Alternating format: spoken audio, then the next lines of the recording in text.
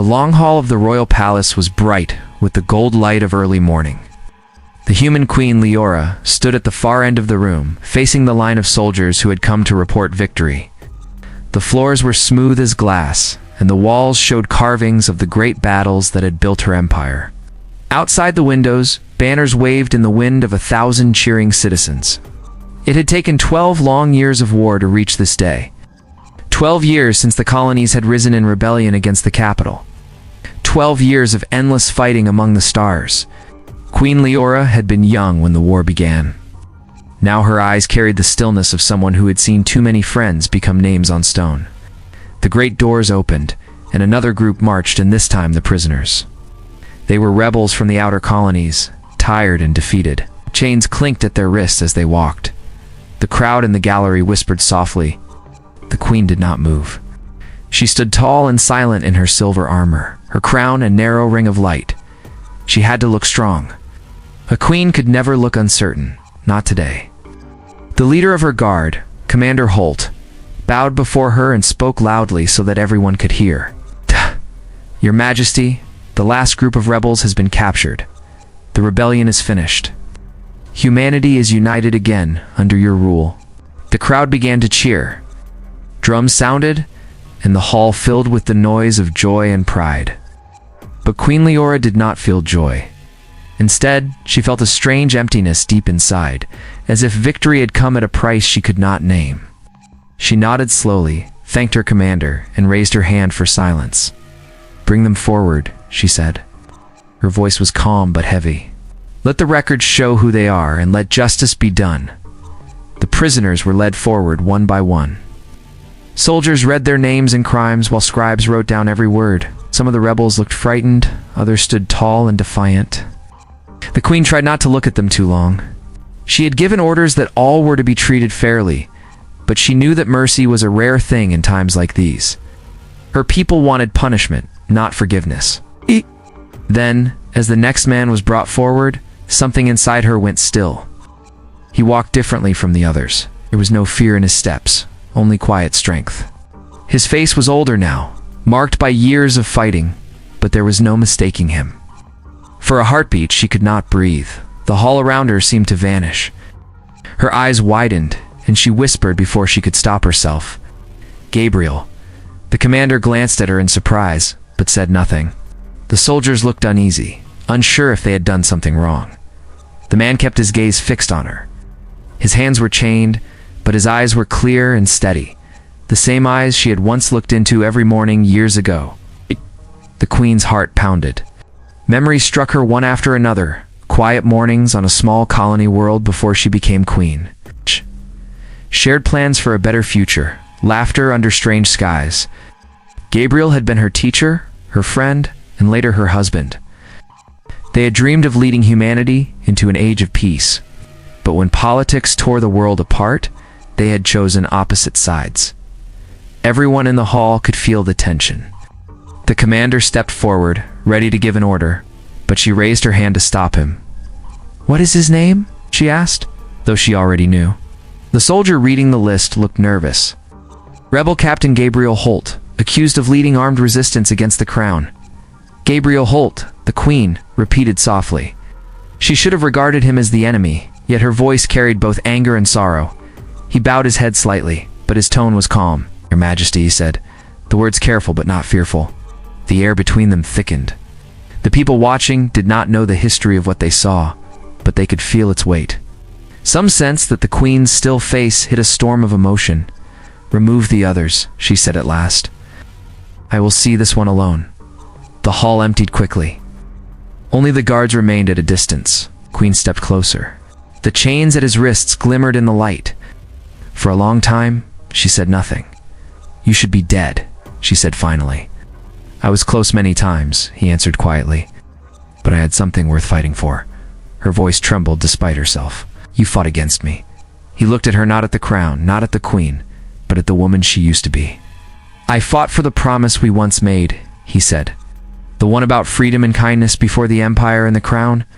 The words cut deeper than any weapon could. She looked away, her vision blurring slightly. Around them, the empty hall seemed to hold its breath. Queen Leora, ruler of humanity, victorious at last. Stood silent before the man who had once held her heart and now stood before her in chains. For the first time in many years, she was not sure whether she had truly won it all. The great hall was quiet now. Only the slow hum of the lights and the sound of the air vents filled the space. Queen Leora stood near the end of the long marble floor, looking at Gabriel. His chains still clinked softly when he moved. The guards stood far back, silent and careful. Everyone could sense something powerful in the air, something beyond war and victory. Leora walked closer until she was just a few steps away from him. She looked at him for a long time. The lines on his face looked deeper than she remembered. His hair was streaked with gray, his blue eyes bright but tired. Once, those eyes had been full of laughter when they dreamed together about the future. Now they were full of pain and memory. "Should not have come back," Leora said quietly. "You knew what would happen if you were caught." Gabriel gave a small, sad smile.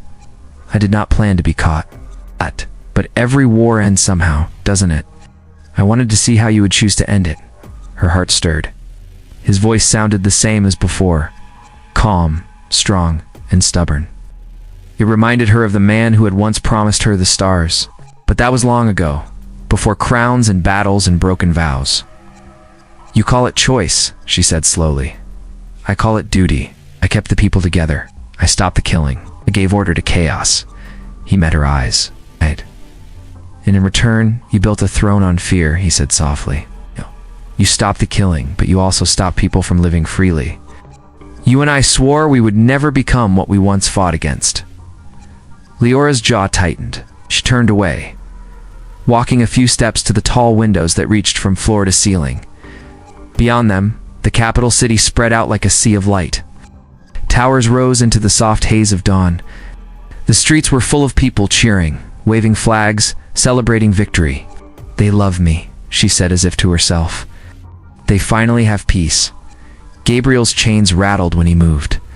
"Peace through silence is still a kind of war," he said. "They cheer because they are told to, because they fear what happens if they do not."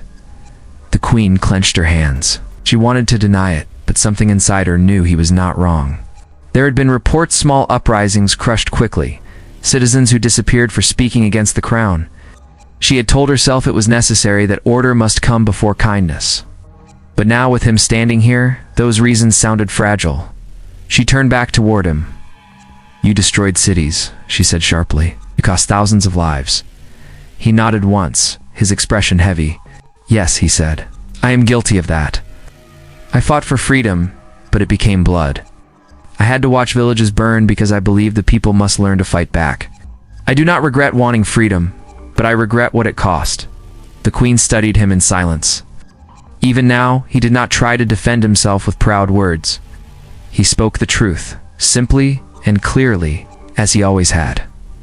That honesty had once been what she loved most about him. "Do you hate me?" she asked suddenly. Gabriel looked startled.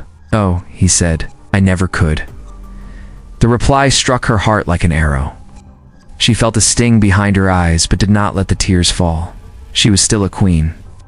A queen must be strong, even when her heart trembled. Commander Holt entered the hall quietly, stopping at a respectful distance.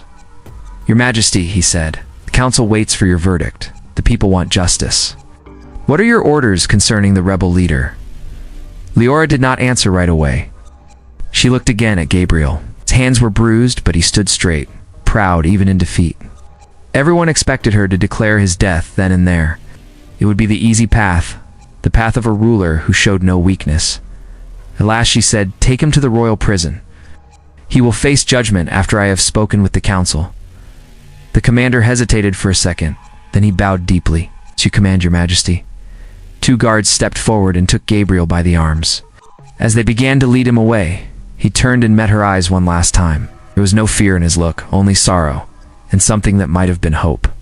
When he was gone, the queen stood alone in the vast hall. The silence felt heavy. The golden light of morning now looked pale and cold. She went to her private chamber, dismissing everyone. When she stood before the mirror, she almost did not recognize the woman reflected there. Her eyes had lost their sharpness. For years, she had believed she was guiding humanity toward strength. But staring now at her own face, She wondered if she had only guided them toward obedience. Memories would not leave her. Gabriel's laughter, his words, the look in his eyes, they all spun inside her mind like ghosts of another life. She pressed a hand to her chest, feeling the thud of her heart, and whispered to herself, "What have I done?" Outside, the bells of victory still rang across the city, but to her ears, they no longer sounded like triumph. They sounded like warning. That night, the city outside the palace sparkled like 1,000 tiny suns. Fireworks burst through the sky, marking the end of the war. The people celebrated peace, unaware that their queen could not sleep. Queen Leora sat alone in her chamber, staring at the untouched cup of wine beside her. The victory banquet had ended hours ago, yet her mind refused to rest. She had done everything a ruler should do. She had united the worlds. She had crushed rebellion. The empire was strong and calm again, so why did her heart feel like it was made of stone? The image of Gabriel standing before her would not fade. His words echoed again and again in her mind. Asterisk, you built a throne on fear. Asterisk, she whispered them under her breath and closed her eyes. She could still remember the way he used to smile at her when she dreamed about a better world, before the crown, before the wars. Her old handmaid Clara entered softly, carrying a cloak. "Your Majesty, it is late. You should rest." "I cannot," said Leora. Her voice was quiet but tired. "Has the council given any word?" "They wait for your decision tomorrow," Clara said gently. "Commander Holt believes the people will demand Gabriel's death." "I know what the council wants," the queen replied. "They always want blood when they are afraid." Clara gave a small nod. She had served Leora since her youth, and she could tell when the queen was fighting a battle inside herself. "You once told me mercy is not weakness," she said softly. Leora looked up at her. "I used to believe that," she said. "But now mercy may cost me the throne. And if I lose the throne, I lose peace for everyone." After Clara left, the queen rose and walked toward the window. She opened it wide. The cool wind touched her face as she looked over the glittering city. Somewhere in the deeper parts of the fortress, Gabriel was sitting in a small, cold cell. She wondered if he was thinking of her too, or if he only thought of the soldiers who died because of her choices. She turned away and paced the room. The golden cape around her shoulders seemed heavier with each step. Everything in her life had become weight. The crown, the title, the duty, even her memories felt like chains. At last she called for the guards. "Bring me to the prison," she ordered. The guards hesitated, surprised by the late request. But no one questioned the queen.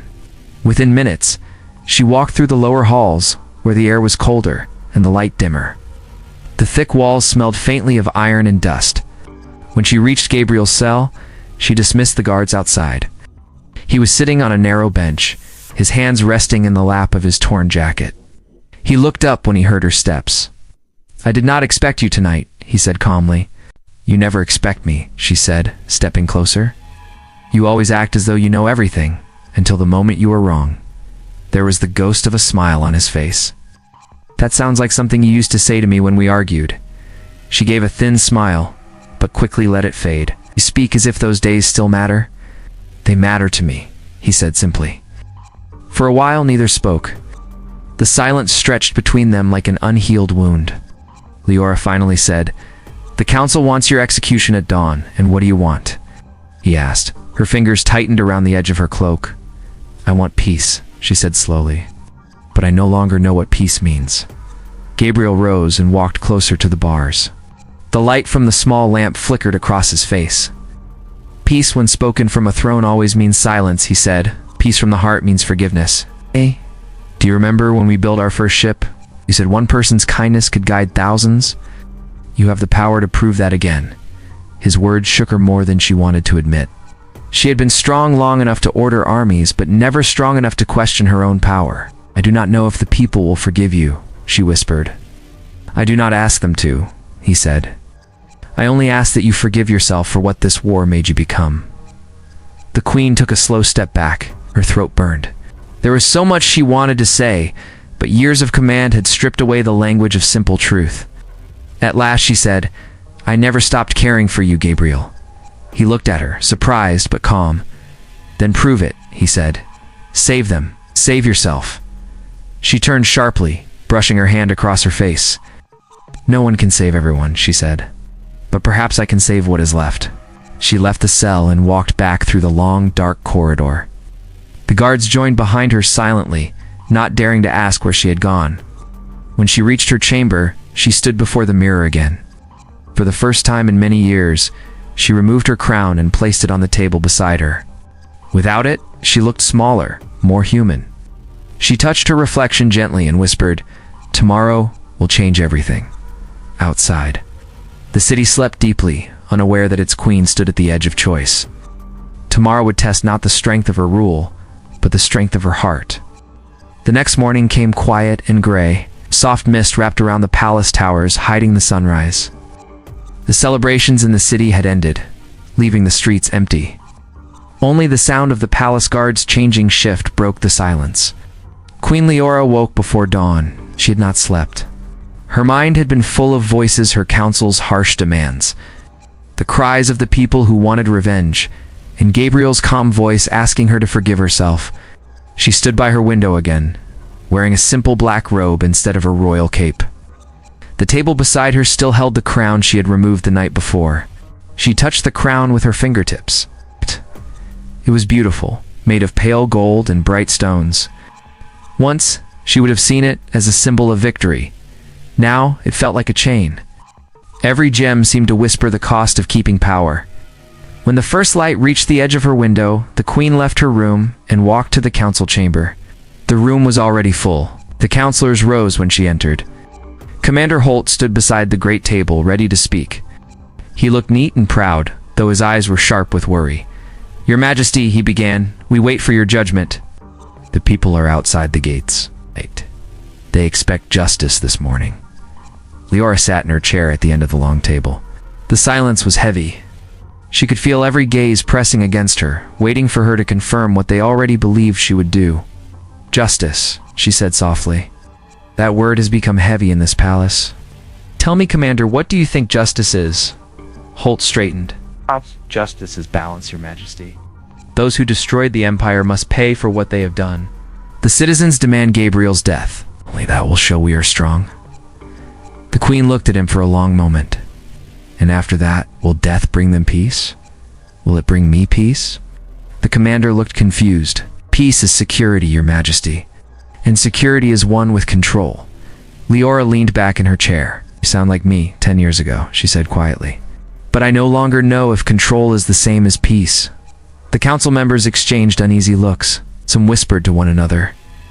Baron Essel, the oldest of them, cleared his throat. "Your Majesty, the people's trust depends on fear. If they see kindness toward a rebel, they may believe rebellion still has hope." The Queen rose from her seat. Her voice was calm, but her eyes were bright. "Then let them have hope," she said. "Let them have something more than fear. I once swore I would lead them to a free and noble humanity. Somewhere along the way, we forgot what that meant." The room fell silent. Even the steady sound of the fountains outside seemed to pause. Commander Holt spoke again, his voice lower. "Your Majesty, forgive me, but this will weaken your rule." "Perhaps," she said. "Perhaps it will also make my rule worth something." Without another word, she turned and walked to the balcony that overlooked the city square. The morning mist was lifting now, and a small crowd had already gathered below the palace gates. They waited, expecting to witness an execution at dawn. Soldiers stood in formation.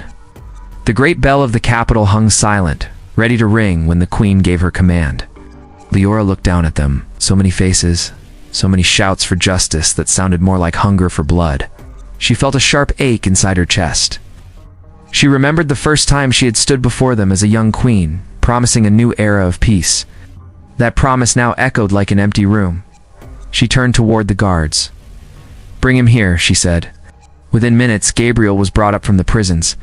His hands were still in chains, though lighter ones than before. His face looked pale, but calm. When he saw her standing on the balcony, he stopped, meeting her gaze. "Do you still plan to save me?" he asked quietly.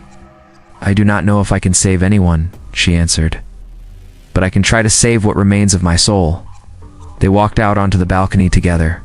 The crowd below roared at the sight of him. Some shouted insults. Some waved flags. The soldiers gripped their weapons tightly. The queen raised her hand and the noise faded into silence. "My people," she said, her voice clear and strong, "you have come for an ending. But not every ending must be written in death. Our fight is finished. The rebellion is over. We have spilled enough blood." The crowd stirred uneasily. Holt stepped forward, whispering urgently, "Your Majesty, this is not wise." But she did not stop. "This man," she said, turning slightly toward Gabriel, "once fought beside me for a world without chains. We both lost our way. We both lost faith. But I will not let this victory destroy what little hope remains within us." There was silence again. The queen lifted her hand once more. "I grant him life," she said. "As of today, Gabriel Holt is pardoned. Let him live as a man, not as an enemy." Gasps filled the air below. Some shouted in anger, others in disbelief. Commander Holt looked as if his heart had dropped to the floor. But Leora stood tall. The morning sun broke fully through the mist, lighting the crownless queen and the chained man beside her. In that single moment, she knew she had taken her first step toward saving not her empire, but her own humanity. The sound of the crowd still filled the air, rising and falling like the wind. Some people cheered the queen's act of mercy.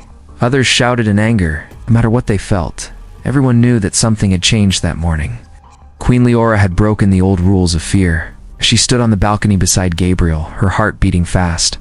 She had never felt so frightened, yet at the same time, she felt strangely free. The heavy crown remained on her table inside the palace, where she had left it the night before. She would not wear it again today. "Come," she said quietly to Gabriel. "We must leave this place before the council decides what to do."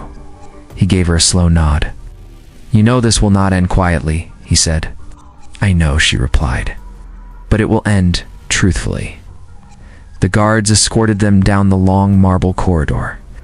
The commander stood near the steps, his jaw tight with disbelief. "Your Majesty," he said, trying to keep his voice even, "this act of mercy may destroy the loyalty of the army. They will not trust a ruler who spares her enemy." "They will learn," Leora answered. "They must learn that mercy is not betrayal." She turned away before he could argue further. Each step she took down the hall felt uncertain, but she refused to look back. For the first time in many years, she was not walking as a queen who ruled by command, but as a woman choosing to do what felt true. They reached the small garden behind the palace. It was quiet there, far from the noise of the crowd. The early sun touched the flowers, and dew still clung to the leaves. Leora sat on a stone bench. Gabriel stood near a fountain and looked at the sky. "They will come for me again," he said. "You know that? They will call me traitor forever. They will call me that too," Leora said softly. "Perhaps it is right. We both played parts in this war. We both burned what we loved." Gabriel walked closer. "You still have a chance to fix what remains? The people might see kindness and follow it, maybe," she said. "Or maybe they will tear everything apart again. But at least now they will know that I am only human, not a goddess made of gold." She lifted her head and looked at him fully. The same man who once dreamed with her now stood before her, tired but still holding that stubborn spark that had made her fall in love long ago. In the silence between them, the past and present seemed to meet. "I thought I lost you forever," she said. "In a way you did," Gabriel replied. "We both lost the people we used to be." The queen reached out her hand toward him. For a long moment he did not move, then slowly he took it. His hands were rough and warm. There, in the quiet garden, the queen who had ruled 1,000 worlds, and the soldier who had fought against her, stood together with no royal walls between them. A soft wind passed through the trees. Leora closed her eyes, letting the air touch her face. When she opened them again, Gabriel was watching her carefully. "What will you do now?" he asked. "I will face the council," she said. "I will tell them this empire cannot go on as it was. If they choose to remove me, then I will let them. They may kill you," he warned. She smiled a little, a sad, peaceful smile. "Then I will die finally knowing I did one right thing." Gabriel shook his head. "You are still the most fearless woman I know." Later that day, she returned to the great hall. The council stood waiting. The air was thick with whispers. Commander Holt looked furious. "You have caused chaos," he said. "The crowd outside demands explanations. You defied the laws. The laws were written by fear, she said calmly. Fear is the true enemy. Tell the people the Queen has chosen another path. Tell them the future will belong to all, not to one. Holt slammed his fist on the table. If you do this, the council will vote to remove you. Then do it, she said. I will not stop you. The room fell silent again. No one had ever expected the Queen to speak such words. For a long moment, no one moved. Then Baron Essel stepped forward slowly. Your Majesty, he said, perhaps there is wisdom in your mercy. Perhaps strength lies not in the sword, but in the hand that puts it down. The others whispered again, but less harshly now. When the meeting ended, the Queen walked alone through the empty corridor. The sun was low, painting long lines of gold across the marble floor. Outside, the city had quieted. The people were waiting for news, for direction. She stepped onto the balcony once more and looked out at them. My people, she said, her voice carrying through the open space. Today we begin not as rulers and rebels, but as humans. Let there be no more fear between us. A murmur rolled through the crowd below. It was not a cheer, not yet, but it was a beginning. That night, when the lights of the city shone softly under the stars, Gabriel stood beside her once more. Neither of them spoke. They simply looked out over the horizon, where a new dawn waited to rise. For the first time in many years, Queen Leora felt something bright and fragile stir in her chest. It was not power, not command, but hope. She turned to Gabriel and said quietly, "Maybe this is what real peace feels like." He nodded. "It begins small," he said, "then it grows." And as the night wrapped around the palace, humanity began its slow rebirth, not through war, but through forgiveness.